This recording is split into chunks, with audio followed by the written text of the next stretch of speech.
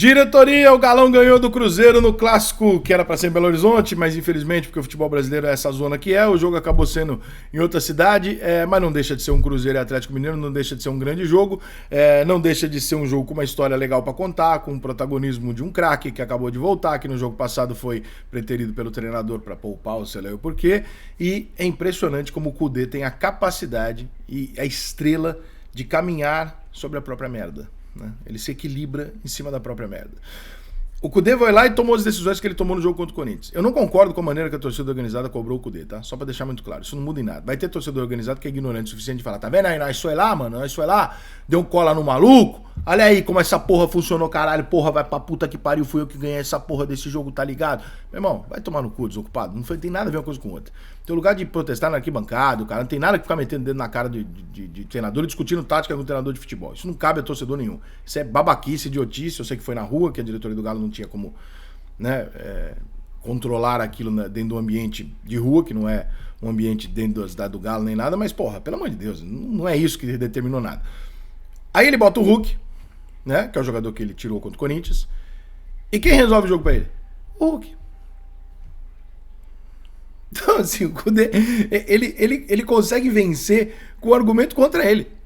A vitória do Kudê, ele tá andando em cima da própria merda, você sabe, se equilibrando, mas eu não vou cair.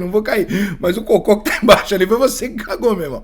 Quem te deu a vitória hoje foi o cara que você tirou do jogo de São Paulo. O que mostrou pra você, sabe o quê? O Cruzeiro foi melhor que o Galo. Mas em uma bola, um cara como ele decide o jogo. Talvez essa bola tivesse acontecido em São Paulo. O torcedor tá certo. O torcedor do Galo tá certo, Kudê.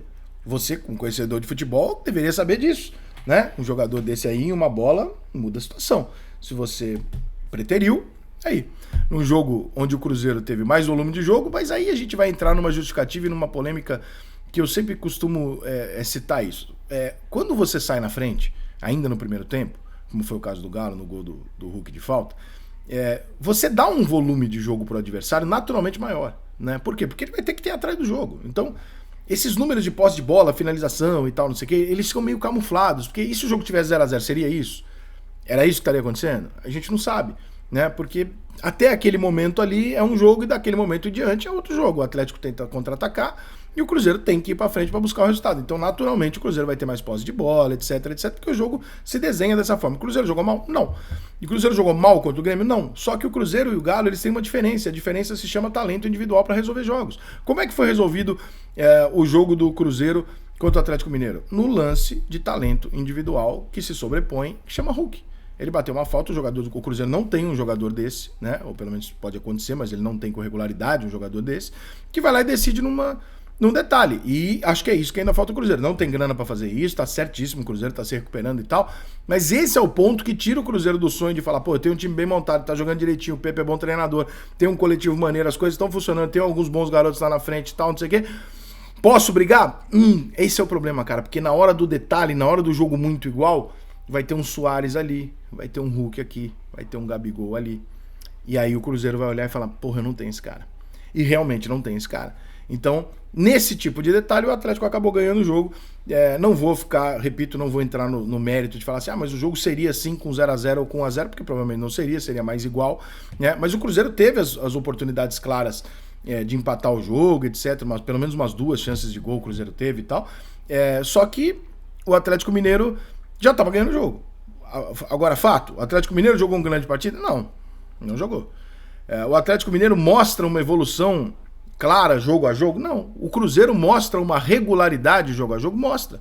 Você consegue ter um cenário onde o Atlético Mineiro ganhou, o Cruzeiro perdeu, o Cruzeiro vem de uma eliminação e o Atlético também, só que a do Atlético Mineiro foi meio que não era para ter acontecido daquele jeito, e o Cruzeiro, tudo bem, mesmo jogando em casa, perdeu pro Grêmio, um time mais forte, faz parte, 1x0, tudo bem.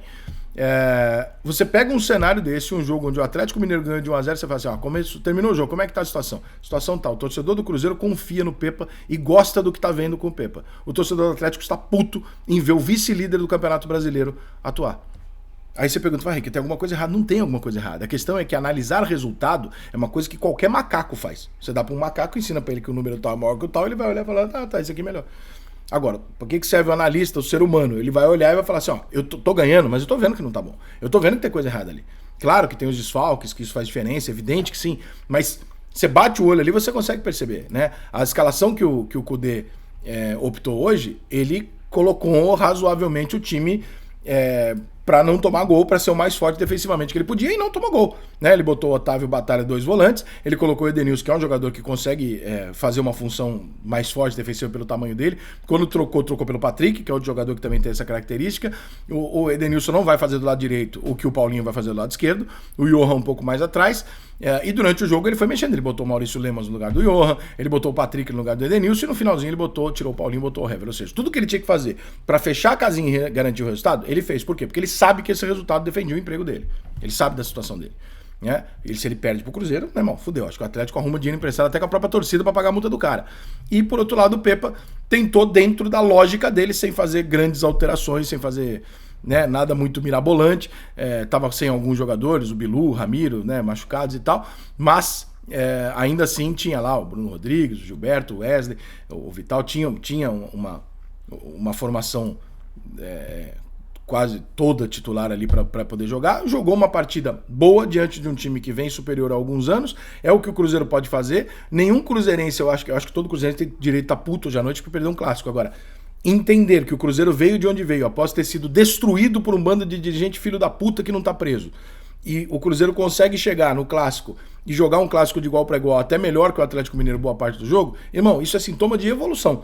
Se não chegou ainda onde você quer, tá claro que ele está indo nessa direção. Então, no caso do Cruzeiro, não dá para você ficar fazendo balbúrdia tentando destruir o trabalho. O trabalho do Cruzeiro tá sendo feito assim, irmão.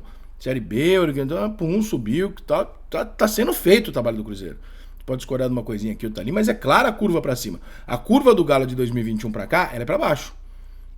E é preocupante. Então, nós temos um cenário onde o Atlético é vice-líder do Campeonato Brasileiro nesse momento, o Atlético ganha o clássico e termina o jogo, o torcedor do Atlético está desconfiado do treinador e do time. No mesmo cenário, o Cruzeiro perde a Copa do Brasil e perde o clássico. E o torcedor do Cruzeiro, se você perguntar para ele, depois de 2 horas depois do jogo, quando passar o emputecimento, e aí como é que tá? Ele vai falar, pô, eu gosto do Pepa, eu gosto do time, do jeito que o time joga, tal, tá.